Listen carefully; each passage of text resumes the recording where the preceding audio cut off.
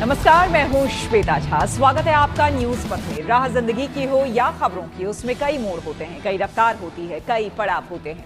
देश और दुनिया से जुड़ी खबरों के साथ आपको लिए चलेंगे न्यूज पथ पर, लेकिन उससे पहले आपको बता दें, हॉर्नों की प्लीज में आज बात होगी उत्तर प्रदेश के रामपुर में टांडा कस्बे की, जहां पर पाकिस्तान के लिए जासूसी, टेरर फंडिंग और धर्मांतरण को लेकर चौंकाने वाले खुलासे हुए।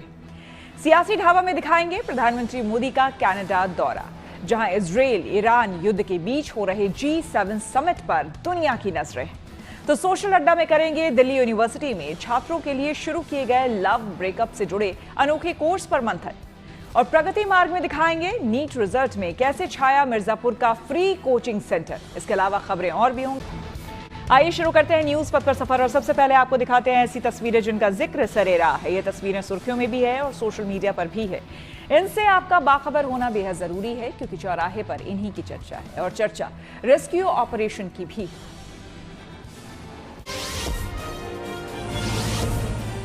हिमाचल प्रदेश में हो रही बारिश के बीच सोलन और चंबा में सफल रेस्क्यू की तस्वीरें सामने आई। दरअसल सोलन में दिल्ली से पहुंचे पर्यटकों की एक महंगी गाड़ी अश्विनी नदी के तेज बहाव में फंस गई। इससे पर्यटकों की जान पर बन आई। हालांकि करीब 2 घंटे की कड़ी मशक्कत के बाद जेसीबी की मदद से गाड़ी को बाहर निकाला जा सका।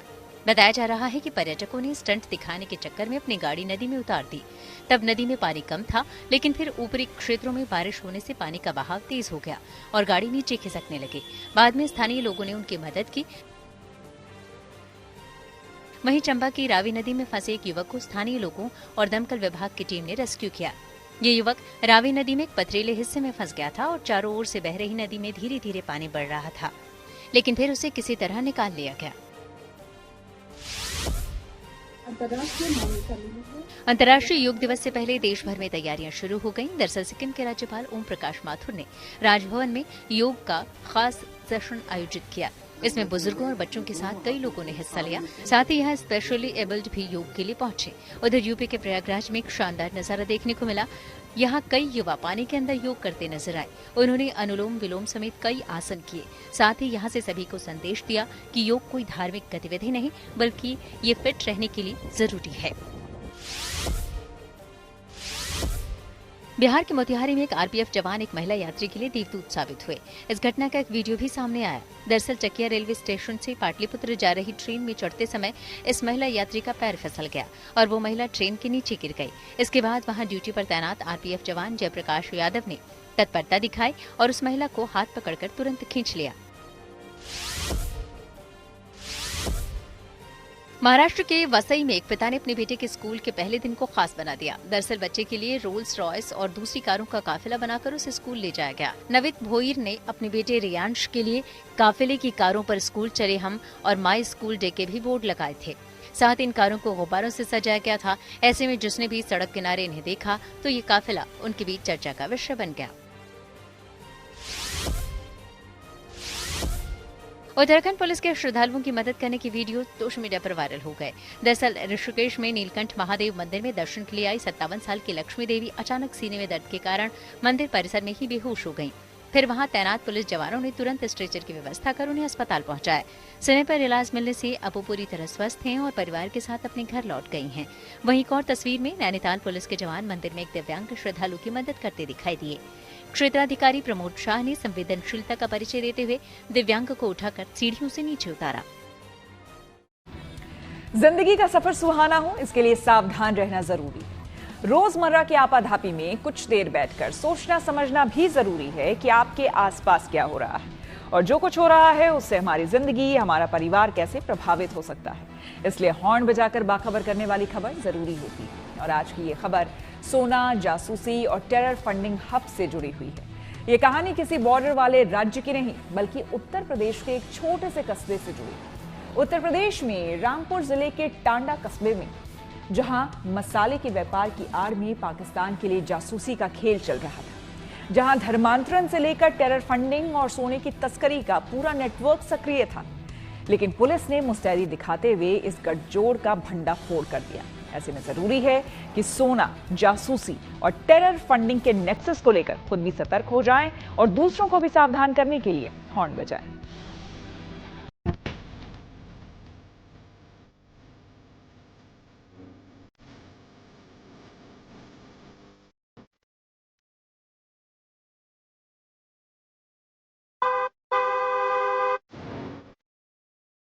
मुंह में गटक कर दुबई से सोना भारत ला रहे 4 तस्करों के पुलिस के हत्थे चढ़ने के बाद इलाके में सन्नाटा पसरा है।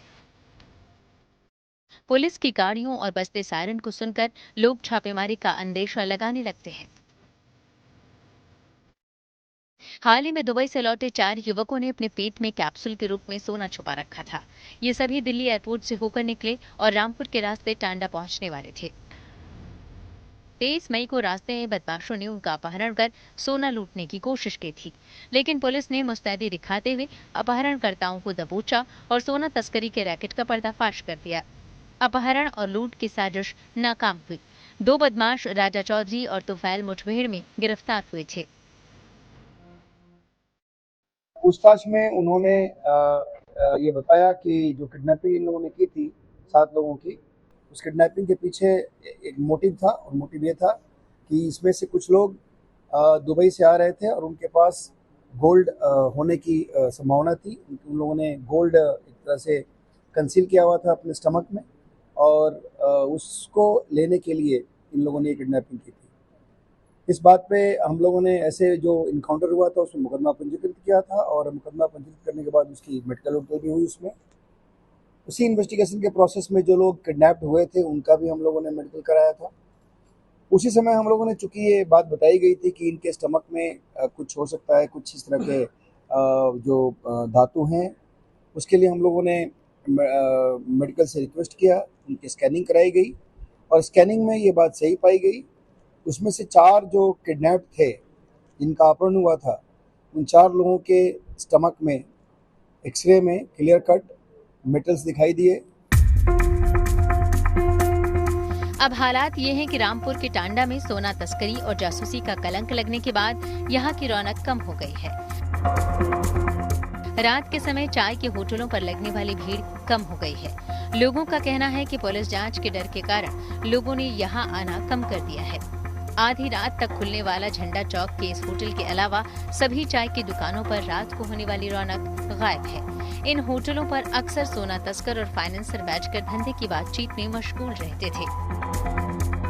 उत्तर प्रदेश का रामपुर और वो टांडा जगह, जहां पर फिर चाहे पाकिस्तान से जासूसी को लेकर होती हो बात या फिर सोना तस्करी, दोनों पर पुलिस अब छानबीन तेज कर दी है और कईयों की जांच की जा रही है। हम इस समय झंडा चौक पर मौजूद हैं। झंडा चौक की ऐसी जगह है जहां पर लोग इकट्ठा होते हैं एक साथ, और अगर आप देखें तो यहीं से जो गोल्ड स्मगलिंग हुई थी उनकी बातचीत भी इसी जगह पर हुई थी, ऐसा पुलिस का कहना है। और इस जगह पर ही जो फोन से बातचीत के दौरान कई तरीके के मामले निकले थे। आप देखिए कि ये जो एरिया है पूरा, यहाँ पर पूरे टांडा के वो चाहे नौजवान हो या बाहर काम करने वाले सभी इकट्ठा होते हैं, और इकट्ठा होने के बाद यहीं से बातचीत का सिलसिला जारी होता है और चालू होता है। अब ऐसे में इन दुकान पर यहाँ इकट्ठा होना, चूंकि जो आखिरी अभी आरोपी पकड़ा गया था उसमें उसने कहा कि झंडा चौक पर फोन से ही बातचीत की गई थी स्मगलर से, क्योंकि वहां पर दूसरे स्मगलर के साथ ही मिले थे और जिसके बाद ये दरमिया बढ़ा था। तो कहने का साफ अर्थ है कि कई ऐसे नौजवान टांडा के इसी जगह पर इकट्ठा होकर बहुत सी तरीके की प्लानिंग करते हैं, जिसमें फिर चाहे वो जासूसी को लेकर हो या कह सकते हैं कि वह स्मगलिंग को लेकर हो। एटीएस की जांच में सामने आया है कि टांडा के शहजाद का सीधा कनेक्शन पाकिस्तान की खुफिया एजेंसी आईएसआई से था। आरोप है कि वो मसाले के कारोबार की आड़ में भारत में जासूसी और आतंक से जुड़े फंड ट्रांसफर का काम करता था। बेसिकली ये यहाँ से पासपोर्ट्स पे जाते हैं, पासपोर्ट पर जाकर के अवैध गतिविधियों में लिप्त होकर के वापस होते हैं। तो फिल्टर करने के लिए हमारे पास हमारा जो अपना निगरानी तंत्र है, और जो ऐसे व्यक्ति संदिग्ध होते हैं उनकी निगरानी करते हैं। जब से ये घटना घटित हुई है या पूर्व से भी हम लोग ऐसे व्यक्तियों के बारे में जानकारी तो करते थे और अभी भी निरंतर जानकारी कर रहे हैं। हमारी एक टीम लगी हुई है जो सत्यापन कर रही है, और यह जानकारी करने का प्रयास किया जा रहा है कि उनके फ्रीक्वेंट विजिट के पीछे उद्देश्य क्या है। फ्रीक्वेंट विजिट के पीछे उद्देश्य करके अगर उनकी आपराधिक गतिविधियों में संलिप्तता है तो उनके विरुद्ध हम लोग कठोरतम कार्रवाई भी करेंगे। हालांकि शहजाद की पत्नी सारे आरोपों को बेबुनियाद बता रही है और कह रही है कि उसके पति बेकसूर है। उत्तर प्रदेश में कई मामले आए जिसमें टेरर फंडिंग से लेकर अन्य तरीके। रामपुर का जो टांडा जगह है वहाँ पर शहजाद की बात होती है। शहजाद जो माना जाता है, उनके ऊपर आरोप लगते हैं कि वह पाकिस्तान के साथ जिस तरीके से सूचनाएं शेयर की, जिस तरीके के आरोप लगे उन पर, आखिर इन आरोपों पर क्या कहना है? उनके जो परिवार हैं, उनकी जो पत्नी है, उनसे पूछते हैं वो क्या सोचती हैं, चूँकि वो सबसे करीबी वही हैं। क्या नाम है आपका? राजिया। राजिया। ये बताइए कि जो आरोप लगे आपके पति पर कि जिस तरीके से वो पाकिस्तान से सूचनाएं इन्फॉर्मेशन देते थे। नहीं, सब गलत है, ये सब गलत है, ये झूठ है सब। क्या बिजनेस करते थे और क्या काम था उनका? बिजनेस यही था, कपड़ों का। उनका कोई सा भी काम कर लेते थे, जब काम बंद हो जाता था तो कोई सा भी। सब झूठ आरोप लग रहा है उनको पर। कोई वो पाकिस्तान जाते थे इस बारे में या कभी उनका? नहीं, इस बारे में अपने रिश्तेदारों से मिलने जाया करते। 2 बार गए हैं रिश्तेदारों से, 1 बार मैं भी गई हूँ उनके साथ में। ऐसी कोई बात नहीं, उनको तो दोषी ठहराया जा रहा है ना सर। वहाँ पर जब ये जाते थे तो क्या जो पाकिस्तान से जब यहाँ आते थे तो कोई ऐसी जांच या किसी तरीके की चलती थी, कोई बात? नहीं, कुछ नहीं, ऐसा कुछ नहीं। कोई ऐसा आपके पास एविडेंस, सबूत जिसको हम दिखा के ये बता सके कि हाँ ये बात गलत है या सही? सर अगर कोई ऐसा काम होता, गलत होता तो सबूत तो तुम्हें सब कुछ घर पे ही मिलते हैं। दिल्ली की भी छानबीन हो गई, सब कुछ हो गया, सब कुछ सबूत तुम्हें मिलते तो जरूरी। कुछ ना कुछ ऐसा काम अगर करते वो है, कुछ तो तुम्हें मिलता। सुरंग बताओ, कितने दिन हो गए आज तक कोई सुरंग तुम्हें? ऐसा आदमी नहीं है वो। मैं आज भी यही कहूंगी, बहुत साफ सुथरा आदमी है मेरा शोहर। जो बहुत सरकार से यही बोलूंगी मैं, जो जितनी माता बहनें बैठी हैं सबसे यही कहूंगी, वो निर्दोष हैं। शहजाद की पत्नी रजिया रोते हुए यूपी सरकार से अपने पति की रिहाई की भीख मांग रही है और कह रही है कि उसका पति देश से गद्दारी नहीं कर सकता। मेरे पति को माफ करो, मुझे न्याय चाहिए तुम लोगों से। सबसे यही बार यही बोलूंगी, मेरा कोई नहीं है। मेरी सरकार मुझे देख रही है वहां पे। मुझे 1-1.5 महीना रोते रोते हो गया। नहीं मिलाई की खबर भी कुछ नहीं आ रही है, पति से मिलने भी नहीं दिया जा रहा। हमें भीख दिलवा दो एक बार, हमें बच्चों के खातिर हमें भीख दे दो। सरकार से अपने यही कहूंगी, अपने देश के साथ गद्दारी कोई नहीं करेगा। मेरा पति देश के साथ गद्दारी नहीं करेगा। पुलिस का कहना है कि आरोपी शहजाद पाकिस्तान जा चुका है और वहीं से निर्देश लेता था। पुलिस उसका मोबाइल और बैंक ट्रांजैक्शन को खंगाल रही है। जांच टीम सोना तस्करों के साथ ही टांडा के लोगों के पासपोर्ट की जानकारी जुटा रही है। कुछ लोग ऐसे हैं जो जेल से छूट जाते हैं, जमानत पर रिहा हो जाते हैं, तो उनकी निरंतर मॉनिटरिंग करना है कि वो जेल से छूटने के बाद फिर कहीं उसी तरह के अपराध में लिप्त तो नहीं हो गए हैं। उनकी निगरानी होती है। निगरानी के कई तरीके हैं। निगरानी के लिए हम लोगों के द्वारा गैंग रजिस्टर्ड किया जाता है, अगर उनके द्वारा किसी इस प्रकार की गतिविधि में लिप्त होकर के वो कार्रवाई कर रहे हैं। साथ ही साथ हिस्ट्री सीट खोली जाती है। हिस्ट्री सीट खोले जाने के बाद हमारा स्वतः पुलिस रेगुलेशन के माध्यम से निगरानी का एक स्तर शुरू हो जाता है।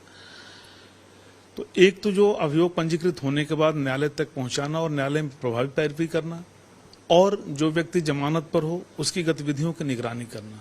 कई बार ऐसा होता है कि आदमी शहर छोड़ के चला जाता है या किसी अन्य व्यवसाय में चला जाता है, तो हम लोग जानकारी करके उस पुलिस स्टेशन को भी सूचना देते हैं कि हमारे यहाँ का ये आदमी आपराधिक प्रवृत्ति का है, आप अपने यहाँ इसकी गतिविधियों को देखें। वैसे दूसरे जगह के लोग जो अपराध में लिप्त रहते हैं उनके बारे में हमारे पास सूचनाएं आती है और हम अपना निगरानी तंत्र के माध्यम से उनकी निगरानी करते हैं। इस जांच में कुवैत, सऊदी अरब, दुबई जाने वाले लोग भी शामिल हैं। इस कारण टांडा में रौनक कम देखने को मिल रही है।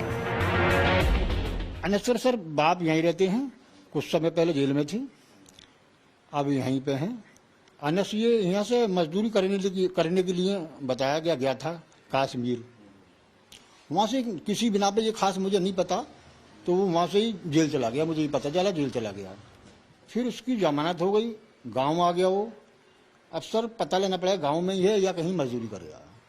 अच्छा, यहाँ के जो युवक हैं वो बाहर कहाँ विदेश में जाते हैं नौकरी करने? जी सऊदी भी जाते हैं सर, यहाँ से लोग लड़के सऊदी भी जाते हैं, कुछ लड़के दिल्ली भी जाते हैं, मुरादाबाद भी जाते हैं, अलीगढ़, हाथरस, और तुम्हारे की ये सांसनी, ये यहाँ पे जो आलू मिल है ना, यहाँ पे धान मिल, आलू मिल, यहाँ पे लोग मजदूरी करना जाते हैं। ऐसे में सवाल है कि क्या टांडा सिर्फ एक शुरुआत है? क्या यूपी में और भी ऐसे कस्बे हैं जहां आतंक की नींव रखी जा चुकी है? फिलहाल जांच अभी जारी है, लेकिन इतना तो तय है कि अब जांच एजेंसियों की नजरें आतंक के इस पूरे नेटवर्क पर है।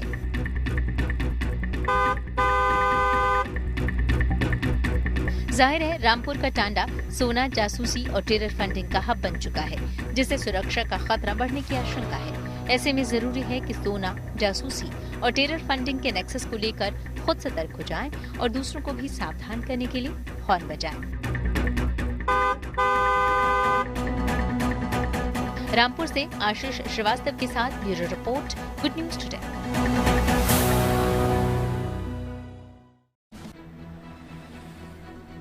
राजधानी में हुई राहत की बारिश। आइए सीधे आपको ले चलते हैं न्यूज एक्सप्रेस वे पर, जहां देश भर की कुछ और जरूरी खबरें कर रही हैं आपका इंतजार। देश के कई हिस्सों में मंगलवार को कुछ घरेलू और अंतर्राष्ट्रीय उड़ानों पर असर पड़ा। अहमदाबाद से लंदन जाने वाली एयर इंडिया की फ्लाइट कैंसिल कर दी गई, जिससे यात्रियों में काफी नाराजगी देखने को मिली। एयर इंडिया की AI 159 उड़ान को रद्द करने के पीछे तकनीकी वजह बताई गई। वहीं सैन फ्रांसिस्को से मुंबई आ रही एयर इंडिया की फ्लाइट की कोलकाता में इमरजेंसी लैंडिंग करवानी पड़ी। बताया गया कि तकनीकी वजहों से ये फैसला लिया। उधर इस बीच कोच्चि से दिल्ली जा रहे इंडिगो के विमान को नागपुर में उतारना पड़ गया। इस विमान में बम होने की सूचना दी गई थी, जिसके बाद विमान से यात्रियों को उतारकर पूरी जांच की गई। दिल्ली एनसीआर में लोगों को गर्मी से थोड़ी राहत मिली। दरअसल यहाँ हल्की बारिश हुई, जिससे तापमान में गिरावट दर्ज की गई। साथ ही एयर क्वालिटी इंडेक्स में भी सुधार हुआ। वहीं इस बारिश का लोग भी लुत्फ उठाते नजर आए। हालांकि धौलाकुआं समेत कई जगहों पर बारिश से जाम भी देखने को मिला। बहुत ज्यादा अच्छा लग रहा है। पर ये है कि वैसे मौसम, ये जिस तरह से हमें गर्मी का लग रहा था कि ये गर्मी बहुत ज़्यादा रहेगी, तो बरसात पता होगी नहीं होगी, लेकिन ये 22 बता रहे थे जून से पहले बारिश होगी, तो ये आशा है। मौसम बहुत अच्छा हो गया। बढ़िया। हाँ जी। कांग्रेस नेता सोनिया गांधी की तबीयत में सुधार हो रहा है। उन्हें रविवार को पेट में समस्या की वजह से दिल्ली के सर गंगाराम अस्पताल में भर्ती करवाया गया था। अब अस्पताल ने उनकी सेहत पर अपडेट जारी किया और बताया कि सोनिया गांधी की हालत स्थिर है। उन पर इलाज का अच्छा असर हो रहा है। वो पेट के संक्रमण से उबर रही हैं। हालांकि उनकी अस्पताल से छुट्टी कब होगी, ये अभी तय नहीं है। दिल्लीवासियों के लिए अच्छी खबर आई। दरअसल मुख्यमंत्री रेखा गुप्ता ने 33 नए आयुष्मान आरोग्य मंदिरों का उद्घाटन किया। सरकार का कहना है कि ये केंद्र न सिर्फ इलाज का जरिया बनेंगे, बल्कि लोगों को बीमारियों से बचाव की जानकारी भी देंगे। प्रधानमंत्री आयुष्मान भारत योजना के तहत राजधानी में कुल 1139 आयुष्मान आरोग्य मंदिर विकसित किए जाने हैं। इनमें से कई पहले से ही चलाए जा रहे हैं। अब इनकी संख्या में तेजी से इजाफा हो रहा है। यहाँ डिजिटल हेल्थ रिकॉर्ड, नियमित स्क्रीनिंग, बेसिक लैब टेस्ट और मुफ्त दवाई की सुविधा भी दी जा रही है। कर्नाटक के deputy CM DK Shivakumar Bengaluru में साइकिलिंग करते नजर आए। दरअसल विधानसभा परिसर में पर्यावरण बचाने का संदेश देते हुए एक इको वॉक का आयोजन किया गया। इसमें डीके शिव कुमार के साथ पर्यावरण मंत्री ईश्वर खंडे ने भी हिस्सा लिया। और खबरों के एक्सप्रेस वे से आगे रुक करते हैं सियासी ढाबे का, जहां आज की सबसे दिलचस्प खबर मौजूद है। प्रधानमंत्री मोदी 3 देशों की विदेश यात्रा के दूसरे चरण में कनाडा पहुंच चुके हैं, जहां आज वो G7 समिट में हिस्सा लेंगे। इस साल इस समिट की मेजबानी कनाडा कर रहा है, जिसके प्रधानमंत्री मार्क कार्नी के निमंत्रण पर प्रधानमंत्री मोदी कनाडा पहुंचे। इस दौरान प्रधानमंत्री मोदी G7 देशों के नेताओं से मुलाकात करेंगे, लेकिन सबसे ज्यादा नजर कनाडा और भारत के रिश्तों पर है। ट्रूडो ने जिस रिश्तों को बिगाड़ा, उसे मार्क कार्नी अब संवार रहे हैं। इसके अलावा कार्नी ने प्रोजेक्ट पेलिकन के तहत ड्रग्स के कारोबार में शामिल खालिस्तानियों पर भी शिकंजा कसा है। खालिस्तान और ISI के रिश्ते भी सामने आए हैं। यानी प्रधानमंत्री मोदी के इस दौरे से कनाडा और भारत के रिश्ते फिर से पटरी पर लौटते दिख रहे हैं।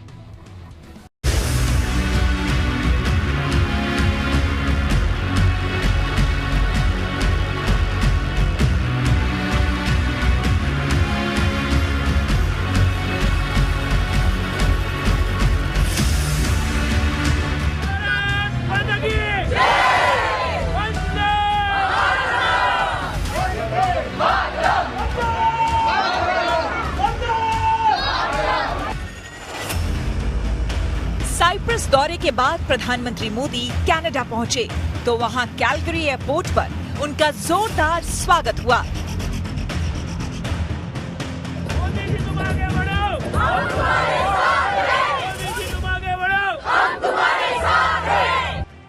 प्रधानमंत्री मोदी 51वें G7 शिखर सम्मेलन में हिस्सा लेने के लिए ऐसे वक्त में कनाडा पहुंचे हैं जब कनाडा और भारत के रिश्ते पिछले कुछ वक्त से बेहतर नहीं रह रहे।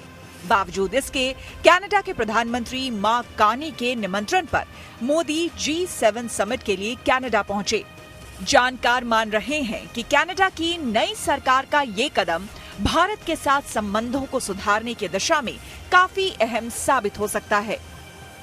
और ऑपरेशन सिंदूर के बाद ये उनकी पहली विदेश यात्रा है। उसमें भारत की उभरती शक्ति का और क्रॉस बॉर्डर टेररिज्म का ऐसे कई पहलू हैं जिन पर प्रधानमंत्री बात करेंगे। कनाडा के साथ संबंध जो बहुत खराब हो गए थे जस्टिन ट्रूडो के समय, अब मार्क कार्नी के कार्यकाल में उसको सुधारने का प्रयास हो रहा है, जिसके लिए एक बहुत महत्वपूर्ण एक हस्ताक्षर हो रहे हैं एक अग्रीमेंट पर, जिसमें इंटेलिजेंस शेयरिंग है, इन्वेस्टिगेशन शेयरिंग है, इन्फोर्समेंट डायरेक्टरेट्स दोनों देशों की एक साथ काम करेंगी। तो उसमें इंटेलिजेंस से लेकर इन्फोर्समेंट तक सहयोग की बात है। खासतौर पर human trafficking, drug trafficking, cross border terrorism, militancy, इन सब मुद्दों पर दोनों देशों के बीच संबंधों को सुधारने का प्रयास किया जा रहा है।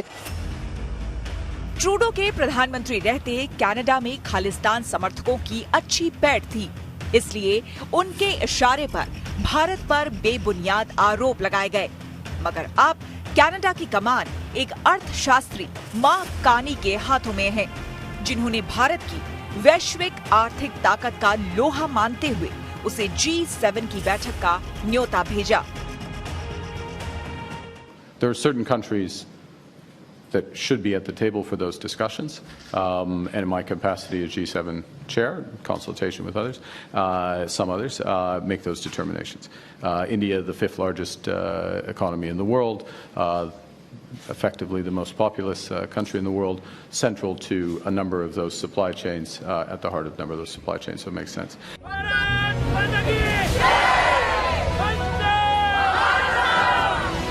प्रधानमंत्री मोदी के कनाडा दौरे को लेकर वहां मौजूद भारतवंशी काफी उत्साहित हैं। भारतीय समुदाय के कारोबारी, बुद्धिजीवी, प्रोफेसर और डॉक्टर सब यही मानते हैं कि जस्टिन ट्रूडो ने भारत कनाडा के रिश्तों को बहुत नुकसान पहुंचाया। लेकिन मार्क कार्नी ने भारत की वैश्विक आर्थिक महाशक्ति को समझा है। उम्मीद है कि प्रधानमंत्री मोदी के इस दौरे से दोनों देशों के रिश्तों में मजबूती आएगी।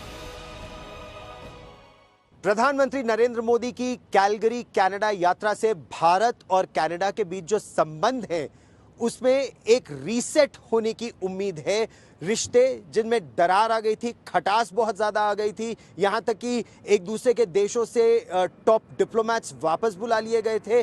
अब उम्मीद ये है कि दोनों देशों के संबंध सुधरेंगे। लेकिन वो लोग जिन्होंने इस दोनों देशों के संबंधों के पेड़ को न केवल बोया बल्कि उसको सींच कर बड़ा किया है, वो प्रोफेसर्स, वो इंजीनियर्स, वो डॉक्टर्स इस समय मेरे साथ यहाँ कैलगरी में हैं। कैलगरी यूनिवर्सिटी के प्रोफेसर्स और डॉक्टर्स हमारे साथ हैं, इंजीनियर्स हमारे साथ हैं।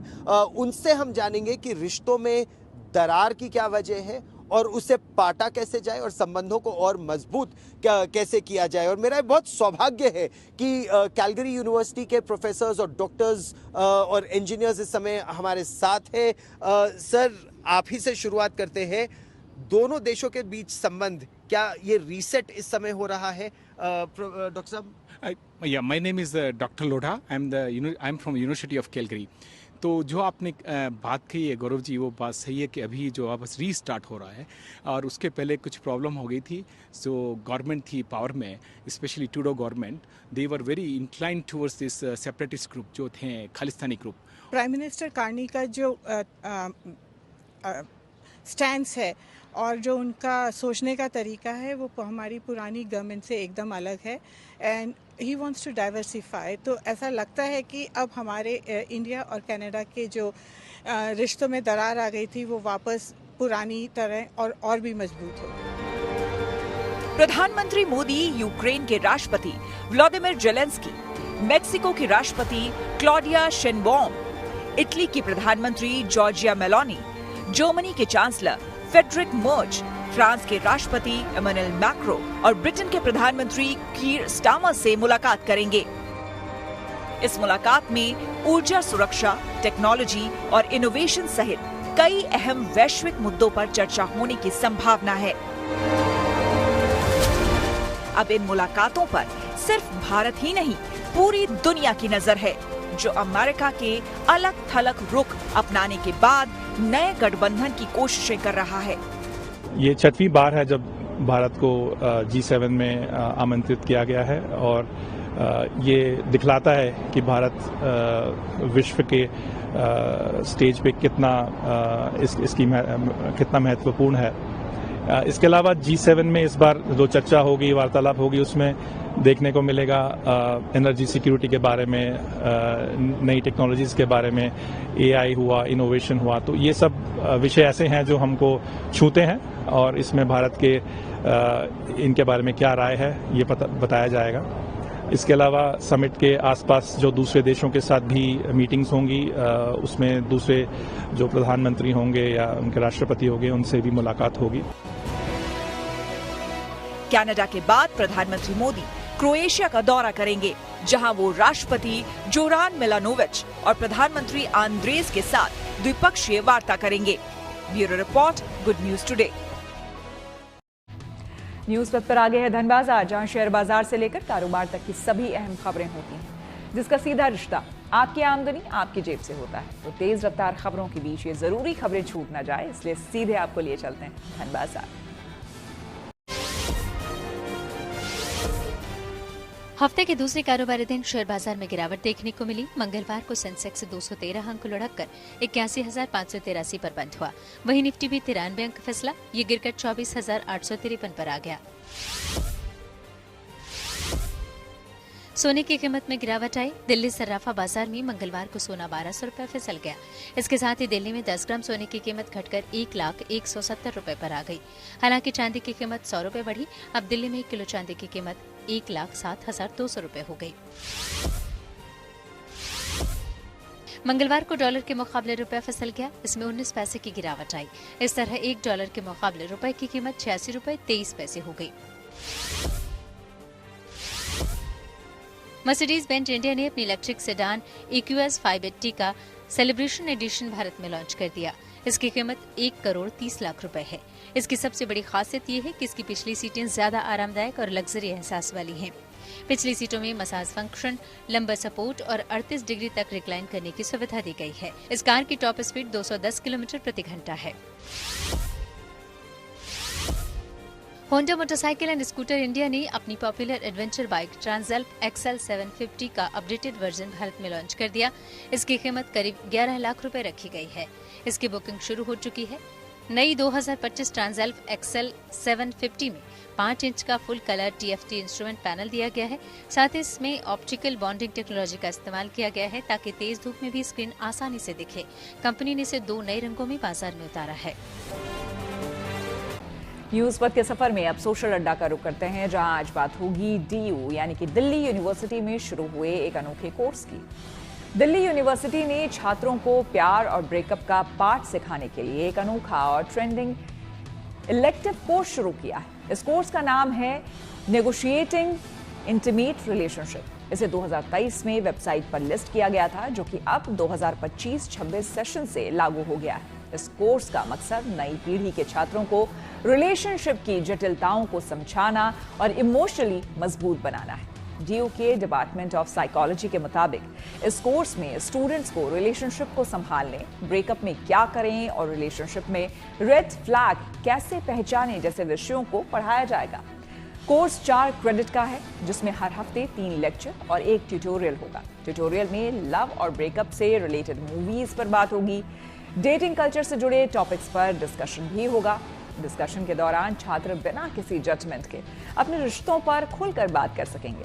कई छात्र भी मानते हैं कि आज के दौर में रिलेशनशिप को संभालना काफी कठिन हो गया है। डेटिंग एप्स और सोशल मीडिया के जमाने में इस तरह के कोर्स से छात्रों को प्यार की जटिलताओं को समझने में मदद मिल सकती है। वहीं एक्सपर्ट्स का भी मानना है कि इस तरह के कोर्स छात्रों के लिए बहुत जरूरी हैं और ये एक प्रगतिशील कदम है। युवाओं को इमोशनल इंटेलिजेंस और मजबूत रिलेशनशिप पैटर्न्स के बारे में पढ़ाना उनके लिए भविष्य में काफी मददगार साबित होगा। दिल्ली यूनिवर्सिटी के इस नए कोर्स को लेकर हमने कुछ लोगों से बात की और उनकी राय जानी। न्यूक्लियर फैमिलीज होती गई और साथ में अब जो रिलेशनशिप है दे आर मोर वर्चुअल। आप देखिए कि एक दूसरे से मिलने से ज्यादा आजकल हम वर्चुअल रिलेशंस में बिलीव करते हैं। तो उस वर्चुअल रिलेशंस के अंदर भी हमें रिलेशन बनाना नहीं आता, क्योंकि वहां फेस टू फेस इंटरेक्शन नहीं है, आपका एक स्क्रीन टू स्क्रीन इंटरेक्शन है, जिसके अंदर आप सामने वाले की भाषा, फेशियल रिएक्शन, उसके हाव भाव, बॉडी लैंग्वेज नहीं समझ पाते हैं। तो इसलिए आपको रेड फ्लैग्स, रिलेशनशिप इश्यूज, ये सारी चीजें नहीं समझ में आती हैं। तो उन सब चीजों को हैंडल करने के लिए एक तरीके से ये एक अच्छी पहल है कि आप नेगोशिएटिंग इंटीमेट रिलेशनशिप नाम की कोई एक चीज शुरू कर रहे हैं, जिसके अंदर आपको रिलेशनशिप की गहराइयां, हाव भाव, रेड फ्लैग्स, डिफिकल्टीज, कितना एडजस्टमेंट करना है, कब तक एडजस्टमेंट करना है, ये सारी चीजें समझाई जाएं। तो ये हमारे समाज के लिए एक अच्छी पहल है। इस तरीके का कोर्स लेकर आना कितना ज्यादा फायदेमंद रहेगा? इससे जो है, जो डिप्रेशंस में आजकल जेंजी जा रहे हैं, उससे बहुत राहत मिल सकती है। और जो गलत कदम उठाने की सोचते हैं, उससे बहुत शायद कुछ सॉल्यूशंस मिले उन्हें इस कोर्स से। टिंडर और बतेरी डेटिंग ऐप्स का इस वक्त टाइम है और लोग जो है ये सब यूज भी करते हैं। तो आजकल की जनरेशन को जो है फायदा मिलेगा अगर इस तरीके के कोर्सेज होंगे? बहुत फ़ायदा मिलेगा, क्योंकि उसकी वजह से लोग इससे ज़्यादा अटैच हो पाएंगे और उसके बारे में ज़्यादा जानकारी ले पाएंगे उसके बारे में। मुझे लगता है ये किसी टाइप का बेनिफिशियल होगा हमारे लिए, क्योंकि ये तो एक बेसिक थिंग है कि आपको किसी से कैसे बात करनी है। कि अगर ये भी हमें पढ़ना पड़ रहा है तो उसका कोई फ़ायदा नहीं है मैम। फिर मुझे नज़र नहीं आता मेरे पर्सपेक्टिव से। ज़रूरी तो मुझे लगता है, मेरे हिसाब से है, क्योंकि जितना ज़्यादा कैजुअल रख लिया गया है चीज़ें, उतनी ज़्यादा कैजुअल है नहीं। तो अगर वो जैसे जेनजीज के डिफरेंट टाइप के कल्चर आ रहे हैं कि ये सिचुएशन से पता नहीं कौन कौन सी शिप आ रखी है, तो उन सब चीज़ों के बारे में जागरूकता और उनके बारे में बताना और उसके बारे में जो वास्तविकता है उस रूप में उसे स्थापित करना, मुझे लग रहा है ये सही होगा। तो अगर ऐसे रेलेवेंट आ रहा है तो फिर ठीक है, अच्छा है जी। अगर देखा जाए तो न्यूट्रल को देखा जाए ना, तो ये चीज़ें जो है ना एज ए सिलेबस नहीं पढ़ानी चाहिए। ये जो चीज़ें हैं ना कि खुद का एक मेंटल वो होना चाहिए, उसके बिहाफ पे जो है कि इसको रखना चाहिए। बट एज ए स्टूडेंट या फिर एज ए अगर स्टडीज देखा जाए तो वो चीज़ एज ए कोर्स सही नहीं रहेगा। अब डोनाल्ड ट्रंप का परिवार भी स्मार्टफोन के कारोबार में शामिल। टेक्नोलॉजी से जुड़ी ऐसी ही जरूरी खबरों को जानने समझने के लिए आइए आपको ले चलें डिजिटल गलिए। मोटोरोला के 2 नए स्मार्टफोन की बिक्री शुरू हो गई। इनमें मोटो एज 60 और 60 फ्यूजन शामिल हैं। इन्हें आप मोटोरोला और फ्लिपकार्ट की वेबसाइट समेत कुछ रिटेल स्टोर से भी खरीद सकते हैं। इनमें AI समेत कई फीचर दिए गए हैं। मोटो एज 60 की कीमत डिस्काउंट के साथ करीब 25,000 रुपए, तो मोटो एज 60 फ्यूजन की कीमत 21,000 रुपए रखी गई है। यूपी पुलिस की साइबर सेल ने विदेश में फर्जी नौकरी के ऑफर से बचने की सलाह दी। साइबर सेल ने नौकरी के हर ऑफर को वेरीफाई करने और भारतीय विदेश मंत्रालय की आधिकारिक वेबसाइट से ही पूरी प्रक्रिया आगे बढ़ाने की सलाह दी। यूपी पुलिस के मुताबिक साइबर अपराधियों की ओर से लुभावनी जॉब का ऑफर देकर लालच में फंसाया जाता है और फिर पीड़ितों को विदेश ले जाकर उनसे साइबर अपराध करवाए जाते हैं। लिहाजा ऐसे मामलों की शिकायत 1930 और cybercrime.gov.in पर करने की सलाह दी। अब अमेरिकी राष्ट्रपति डोनाल्ड ट्रंप का परिवार भी स्मार्टफोन के कारोबार में शामिल हो गया। दरअसल उनके बेटे एरिक ट्रंप ने इसकी घोषणा की। इस कंपनी का नाम ट्रंप मोबाइल होगा। ये कंपनी मोबाइल फोन बनाएगी, बेचेगी और कॉलिंग की सुविधा भी देगी। ट्रंप मोबाइल कंपनी का पहला स्मार्टफोन T1 अगस्त में लॉन्च होगा। इसकी कीमत $499 यानी भारतीय रुपयों के हिसाब से इसकी कीमत करीब 43,000 रुपए रखी गई है। माना जा रहा है कि ट्रंप का परिवार अब एप्पल जैसी बड़ी कंपनियों को भी टक्कर देने की कोशिश में है। आइए अब रुक करते हैं प्रगति मार्ग का, जहां ऐसी खबरें हैं जो कि देश की तरक्की, प्रगति और लोगों की काबिलियत दिखाती है। यहां आज हम आपको ले चलेंगे यूपी के मिर्जापुर, जहां आर्थिक रूप से कमजोर छात्राओं के लिए की गई एक पहल रंग ला रही है। महज 2 साल पहले खुले कोचिंग सेंटर की 25 में से 12 छात्राएं इस बार नीट परीक्षा में सफल हुई। दरअसल मिर्जापुर में एक्स नवोदय फाउंडेशन और समाज कल्याण विभाग की ओर से एक कोचिंग सेंटर चलाया जा रहा है, जिसमें 40 छात्राओं का चयन किया जाता है। उन्हें 12वीं की तैयारी के साथ साथ नीट और IIT JEE की तैयारी के लिए मुफ्त में कोचिंग दी जाती है।